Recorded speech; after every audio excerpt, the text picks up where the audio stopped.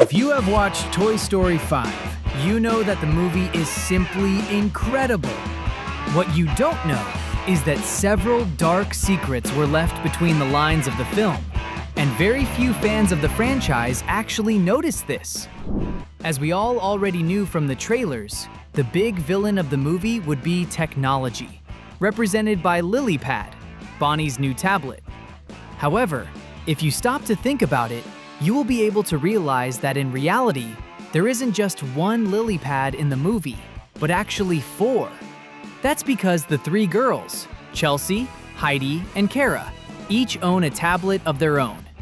And just like the frog-shaped version, we know that all the other tablets belonging to the 3 girls also have a life of their own. If you look a little closer, you will notice that each of them is inspired by a different animal, with Heidi having a blue tablet in the shape of a fish, Chelsea an orange one in the shape of a beaver, and Kara a red one with black polka dots in the shape of a ladybug. We can deduce then that, most likely, each of them must also have their very own personality, but that they all consider themselves completely superior to conventional toys, just as LilyPad considered herself before. Besides that, we can imagine that, since she managed to send out invitations to the 3 girls all on her own, LilyPad could easily communicate directly with these other technological toys in a secret chat just for them, don't you think?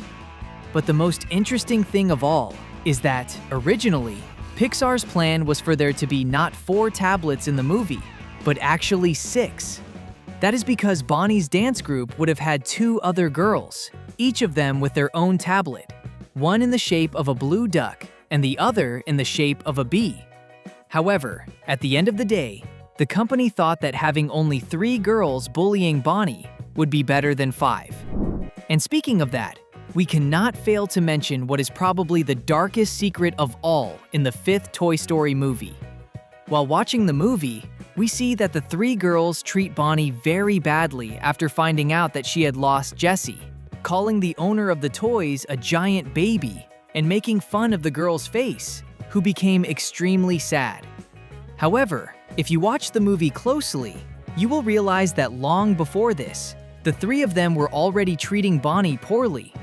When Jessie's owner returns home after the sleepover, after the toys insist quite a bit, LilyPad reveals that the girls simply forgot to look for Bonnie during their game of hide-and-seek. Now, if you think carefully and knowing all the mean things they did, would you believe that they did this by accident? The answer is definitely not. This was already a purposeful act for them to have fun at the expense of Bonnie's suffering. So, with people like that, it is way better not to have any friendship at all. If you stayed a little longer in the movie theater after the end of Toy Story 5, you definitely saw the post-credit scene where Zurg appears. There are strong indications that this enemy of Buzz that we see is actually the exact same toy that appeared in Toy Story 2 and revealed himself to be the real father of the Galactic Space Ranger. And it is also the same action figure that we see at the end of Toy Story 3, arriving at Sunnyside Daycare. So if this is true, we can say that even after 14 or 15 years, which is the time jump between Toy Story 2 and Toy Story 5, the villain is still considered someone evil, as we can see by the reactions of the Buzz action figures who get disappointed upon hearing from the main Buzz's mouth that they are his sons. Furthermore, in Zurg's very first scene, the action figure comes out of the box with a single purpose: to destroy Buzz. Before anything else, he bolts right after him, as if his programming was solely that, which would define that he truly is someone who has nothing else in mind other than defeating his arch-nemesis. Now, if Zurg is evil, we cannot say that the Buzz Army action figures are too far behind. No. That is because we can clearly see them participating in a purposeful process of torturing another toy. This happens in the scene where they capture Woody, shortly after Jessie rides on horseback to Emily's tree. And to get answers about Star Command, they simply hang the sheriff upside down in a trapdoor where right underneath was Blaze's pig. And even though the swine only licked Woody, the Buzzes didn't know that. They probably imagined that the pig was going to devour Woody, which they were perfectly willing to do to get the answers to their questions. Tell me, is that pure evil or what?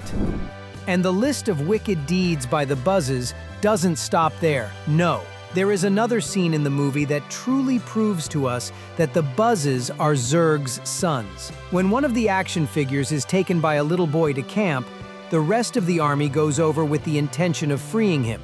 So the group shows up collecting several objects, fully believing that they were in an operation to save a captured ally. The big problem is the kind of arsenal they assemble using household utensils. A pointy corkscrew, super heavy metal frying pans, and even flammable fluid. Now, have you ever stopped to think about the disaster that would have happened if they hadn't noticed in time that Buzz was safe and had actually gone through with the plan to the very end? If this attack had really materialized, it is highly likely that all the members of that family, from the adults down to the children, would have had a tragic and fatal end. It would be a terrifyingly dark outcome. Now seriously, after all these details and Easter eggs, I think we deserve your subscription, don't we? Now we are going to need to talk about a very delicate subject that was placed in the movie in a very subliminal way, and very few completely understood it. When Jesse tries to talk to Woody, he is rescuing a toy called Dr. Nutcase, who is stuck on a kite and crying, saying that no toy had a future anymore because of technology. At first glance, everything implies that some kid glued the figure onto that kite and, out of pure malice, flew it, and it ended up getting stuck in the tree. However, if you connect the dots, you will realize that in reality, Dr. Nutcase was trying to take his own life at that exact moment. That is because it was probably him who glued himself to that kite, since toys are perfectly able to jump off a kite, just like Woody himself did back in Toy Story 3. Besides that, he knew that there was a squirrel up there that could devour him, which only didn't happen because Ducky and Bunny threw a walnut to the rodent at the exact right moment. So, in reality, Woody wasn't there to rescue Dr. Nutcase because he got stuck there by accident. In fact, he would be more or less like one of those police negotiators who tries to convince someone who is on the edge of a building not to jump. And yes, this is definitely extremely dark. Now let's talk about something that I particularly find just as intriguing as it is scary. At the end of the movie, we see that Lilypad, who is now good, asks Jessie to introduce the robot vacuum to her, which seems to be staring right at the two of them. There is also another important moment where we see the robot vacuum, which is when Lilypad activates it so that it destroys the printed page showing that Jessie had been located at Blaze's house. The detail here is that in the Pixar art book, there is a scene that ended up being deleted from the movie where Buzz is standing exactly on top of the robot vacuum with a very scared facial expression, as if the two of them were actually fighting. All of this indicates that, just like the toys, household appliances like the robot vacuum not only have a conscience, but can also do many things, like getting into a relationship with a toy, as would be the case with Lilypad. This makes it clear that most of the times we saw that innocent home appliance, in reality, it could very well have been making plans on how to impress the evil green tablet. We all know that nothing at Pixar ever happens by chance. When Jessie and Bullseye end up falling out of Bonnie's dad's car and are located by that elderly lady, she sees the address that is on the lapel of the cowgirl's boot and tells her husband that it is close to where they are heading. The detail is that they literally drive out of the city, and it still takes them a while before they arrive at the mailbox of Blaze's house. This indicates that the couple actually lives in a rural area as well. This raised the suspicion in many people that, in reality, that elderly lady would be none other than Emily herself, Jessie's former owner. Only that, despite holding the doll in her very own hands, she wouldn't remember since she is so old that she has Alzheimer's, and her husband is so old that he is kind of deaf. If this is true, it would definitely be a mind-blowing plot twist. After being left on Blaze's family's property, Jessie ends up inside the girl's old playhouse, which has been visibly abandoned for years, ever since she grew up a little more. But to everyone's shock, living inside there is a reclusive group of toys who for at least 3 years have been anxiously waiting for the girl's return, which is never going to happen. Seriously, they literally spent every single day of the last few years pretending they were drinking imaginary tea while they waited for Blaze. Without a doubt, this is a very strong indicator that those toys went completely crazy with the isolation and loneliness from the passing of the years. The detail here is that they could very well have left that place, or who knows, maybe gone to Blaze's house, or even ended up in a daycare center like Sunnyside.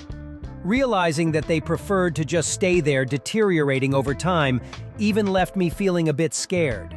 Taking advantage of the fact that we talked about the toys and how their lives can be so lonely, another dark thing that became clear is how they can end up spending years and even decades completely turned off and just pick up right where they left off as soon as they are turned on or freed. This was exactly the case with Clica and Atlas, who spent years locked away in a drawer, so much so that they don't even know for sure how much time has passed. Pretty much the exact same thing that happened to Jessie in the past, since she revealed to Woody that she spent several years trapped inside a cold, dark box. This definitely makes us think about how the life of a toy can be extremely dark, especially if they are just like that, completely locked away or turned off, where there is absolutely nothing but loneliness.